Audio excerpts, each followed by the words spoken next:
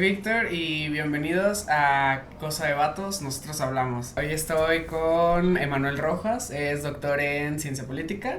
¿Cómo estás? Muy bien, gracias por invitarme a tu programa. Sí. No, gracias a ti por venir. Hoy vamos a hablar del tema de derechos sexuales y reproductivos en adolescentes. Vayamos partiendo desde los derechos humanos. ¿Qué son estos? Haciendo un pequeño recuento histórico muy breve y muy sucinto, podríamos remontarnos a la Revolución Francesa cuando se hace la Declaración de los Derechos del Hombre. Y el nombre mismo ya nos habla para quién estaban diseñados, ¿no? Para hombres que ya no solo eran los ricos o los nobles, sino también para los hombres que eran siervos, ¿no? Sin embargo, esto excluía a mujeres, niñas, niños y adolescentes. Y así fue durante muchos siglos. Ojo, también hay que decirlo, que existiera esta declaración no hacía que todos los hombres fueran iguales, ¿no? Es justamente hasta que pasan las guerras, la Primera y la Segunda Guerra Mundial, que ya no tiene que ver con los hombres solamente, sino con todas las personas. Y ahí ya, con ONU, en la década de los 50, podemos hablar de la Declaración de los Derechos Humanos. Ahora sí, los derechos humanos ya son universales, es uno de sus principios. Indica que estos aplican para niñas, niños, adolescentes, hombres, mujeres, para toda persona humana. También tienen otro principio que es indivisibilidad. No puedes dar unos derechos humanos y quitar otros, ¿no? Se tienen que dar todos a todas las personas. Todas las personas son garantes independientemente de su situación jurídica. Una persona podrá estar en prisión, pero tiene garantizados los derechos humanos. Una persona podrá ser un militar y estar incluso como prisionero de guerra y debería garantizarse sus derechos humanos. A la hora de hablar de derechos sexuales, entra mucho esta parte del consentimiento, del qué puedo o qué no puedo hacer. Los derechos humanos engloban esta parte de la libertad de las personas. Pues creo que en la parte sexual también existe esto de la libertad, es una parte fundamental. Y aquí es donde yo te pregunto, o sea, ¿son parte de los derechos sexuales? ¿No? Fue algo que no se mapeó desde los años 50, sí, pero que se dieron cuenta que era un problema. Era pensado principalmente el tema sexual, era pensado como un tema de lo individual o de lo privado. Entonces, como no era un tema público, pues eso cada quien lo arreglaba en su casa. Sin embargo, como sabemos, el tema sexual sí es un problema público porque causa problemas públicos, ¿no? Y es hasta los 90 que la ONU habla de derechos sexuales y reproductivos de las personas. Es muy tarde, ¿no? De los años 50 bastante. Hasta los 90 es cuando ya se percatan y bueno, tienen que hacer adecuaciones a las normas, sobre todo a la luz de las violencias que reciben sobre todo las mujeres, ¿no? En términos sexuales.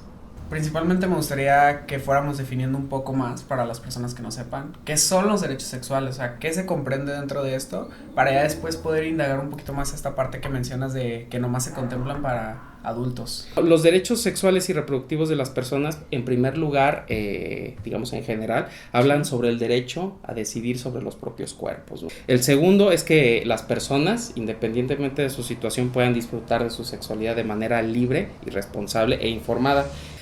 También tienen derecho a manifestar sus afectos públicamente, decidir con quiénes o con quién o quiénes relacionarse, entre otros, ¿no? Pero tienen que ver sobre todo con la capacidad de las personas para decidir en libertad, ¿no? Sin coacción de otras personas.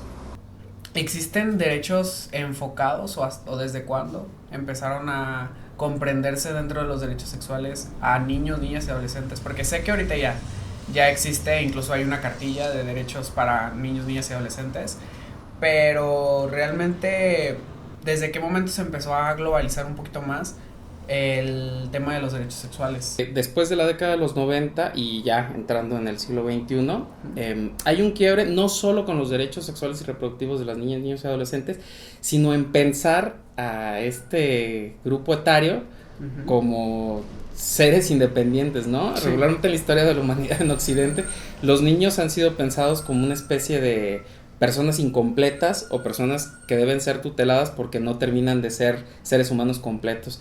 Esto pues es un error y también es un problema porque limita y niega un montón de derechos a niñas, niños y adolescentes. Entonces, bueno, pues se han creado estrategias focalizadas para garantizar que puedan ejercer sus derechos y en este caso en particular para que puedan tener una salud sexual y reproductiva. Sobre todo también son víctimas de un montón de violencias, ¿no? De la trata de personas, de niñas, niños y adolescentes en el mundo, pues está registrada. Y bueno, como esto es un problema, pues también hay que empezar a regularlo.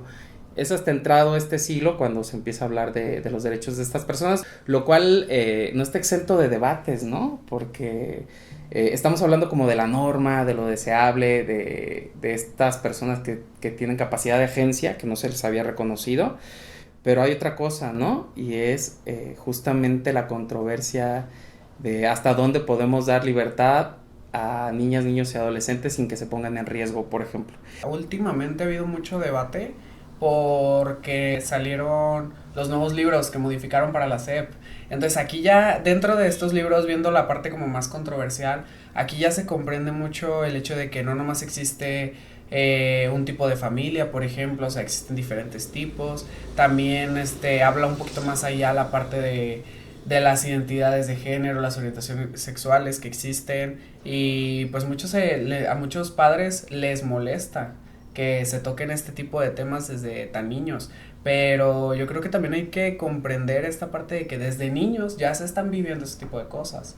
Creo que el gobierno federal tiene una idea interesante, pero creo que tiene una ejecución bastante cuestionable, ¿no? Sí. Porque ha cambiado, pues, como el esquema a través del cual se enseñaban se daba información sobre estos temas, pero no encontramos un andamiaje institucional que lo soporte, ¿sabes? Y entonces, en ese sentido, lo que aparece en los libros de texto queda como discurso, queda como una muy buena intención de hablar de diversidad en familias, de derechos de las personas, pero aquí el problema es cómo garantizamos eso, ¿no? Y se garantiza a través de instituciones, procesos y mecanismos claros, los cuales pues no parecen existir. Entonces, por un lado podemos observar un discurso muy abierto, pero por otro lado instituciones muy cerradas, ¿no? Sí.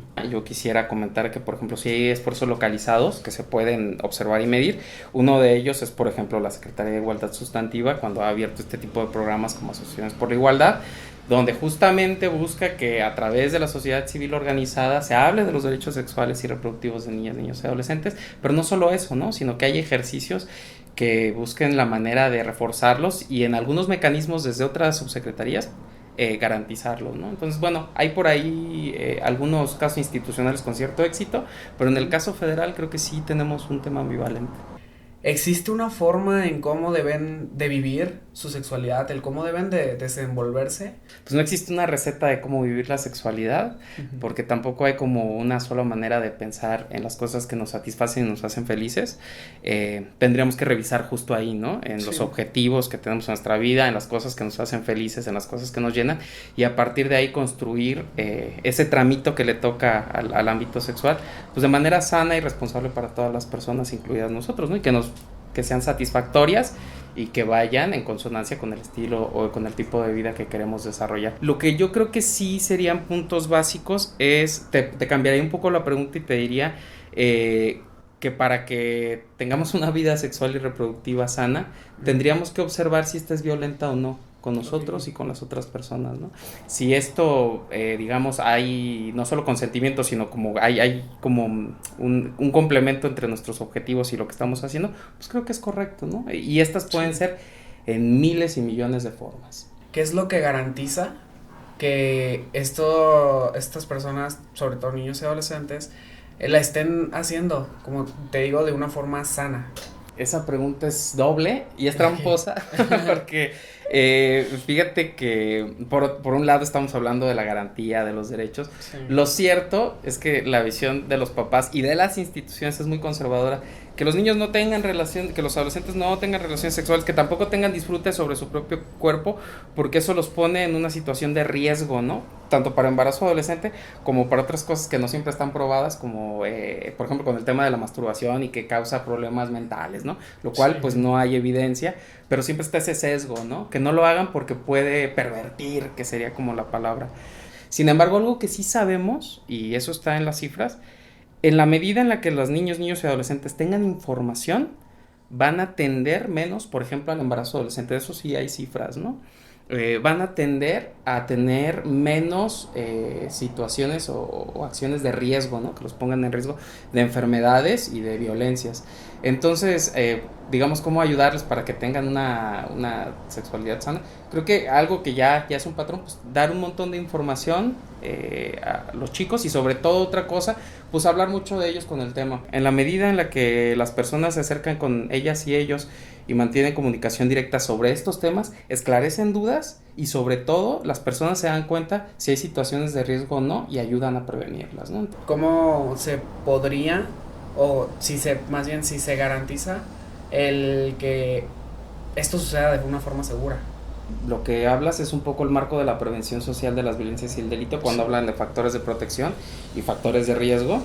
Creo que tu pregunta va a cómo disminuir esos factores de riesgo del entorno, del contexto de las chicas y chicos, cómo aumentar estas capacidades que tengan para soportar. Bueno, ha habido diferentes pruebas, por ejemplo, algunas de las organizaciones civiles que conocemos lo desarrollan a través de instrumentos, o más bien proveer insumos individuales para las personas que tengan que ver con resiliencia, por ejemplo, ante situaciones de riesgo, o que tengan que ver con la capacidad de decidir de manera informada con estas personas. Muchas veces no pueden salir de su contexto, o sea, alguien no puede salir del barrio bravo, alguien no puede salirse de la escuela donde pues hay una serie de prácticas que pueden ser violentas, pero uno sí puede elegir. Entonces, si uno tiene información y si uno esa información la ha pensado en términos de lo que uno quiere para su vida, es decir, a través de un proyecto de vida, uno puede elegir entre diferentes opciones que se te dan en esos contextos. Claro, pues podría haber otras políticas mucho más amplias que tendrían que ver con generar espacios de menor riesgo, ¿no? Pero eso no le toca a los niños y adolescentes solamente o a sus familias, le toca también a un andamiaje institucional que lo soporte, ¿no? ¿Cómo ayudarías a ir bajando el miedo que existe para este tipo de prácticas? Pues yo creo que discutiéndolo, fíjate, algo que sucede y que creo que a nuestra generación no le tocó muy bien porque pues entre vatos, imagínate, en los 90 era difícil, pero creo que en la medida en la que uno habla con sus pares y con personas informadas, uno empieza a perder el miedo. Oye, ¿qué sucede si hago esto?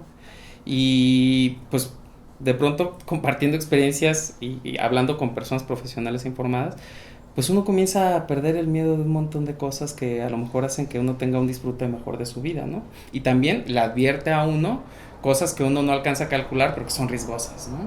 Claro, sí. Y ya bueno, para ir cerrando, creo que podríamos ir concluyendo que pues los derechos sexuales sí entran completamente en la parte de los derechos humanos, o sea, de verdad sí tienen que ser comprendidos ahí. Y pues que realmente hay que respetar esta libertad que tiene desde cada persona desde que es niño, esta libertad de disfrutar del tema de la sexualidad, siempre y cuando sea de una forma segura. Bueno, pues te agradezco mucho por tu tiempo. Muchas gracias por ayudarme en esta edición. Muchas gracias a ti por invitarnos y pues bueno, aquí estamos para lo que se ofrezca. Muchas gracias.